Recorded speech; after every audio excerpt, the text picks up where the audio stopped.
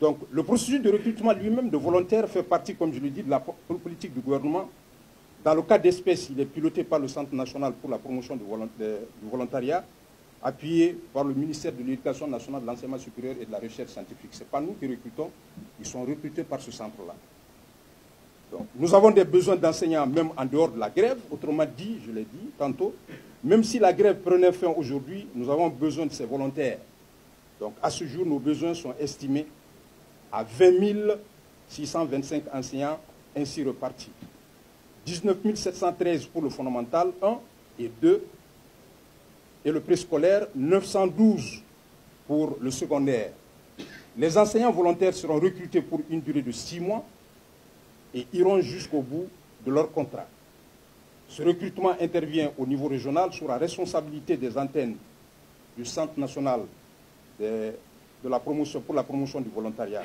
Dans un souci de facilitation du processus, le dépôt des dossiers a lieu au niveau des services déconcentrés de l'éducation, les CAP et les académies. Donc, quelles sont les mesures d'accompagnement que nous envisageons mettre en place? Afin de réaliser ce processus dans les meilleures conditions, nous proposons les mesures suivantes.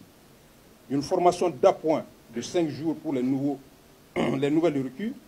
Cette formation portera essentiellement sur le respect du temps réel d'apprentissage, le respect des programmes et des emplois de temps par niveau, le respect du règlement intérieur des écoles, les relations entre les directeurs des écoles et les enseignants, la tenue régulière des évaluations et le réarmement moral qui est du ressort exclusif du Centre national pour la promotion du volontariat.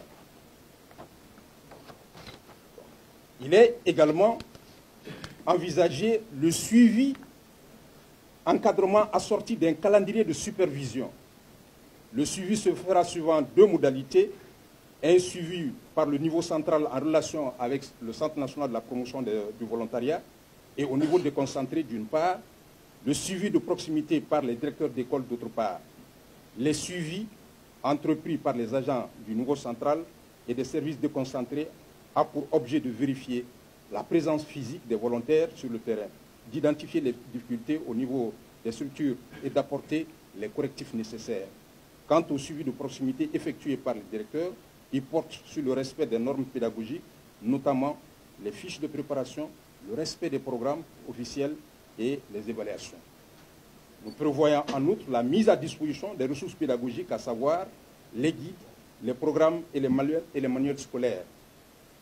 Il est envisagé également l'animation des cadres de concertation ponctuels au niveau des structures déconcentrées de l'éducation. Il s'agit des académies et des CAP, afin d'obtenir l'adhésion de tous les acteurs et partenaires au processus. L'élaboration d'un programme condensé pour le 3e trimestre, de manière à prendre en charge le retard découlant de la situation de grève. Donc ce retard, c'est quoi? Nous sommes déjà pratiquement au démarrage du 2e trimestre. Donc le 3e trimestre, il faudra qu'on prenne déjà des dispositions pour que ce qu'on a connu l'année dernière ne se répète pas. Donc ils seront préparés, n'est-ce pas, par rapport à cela.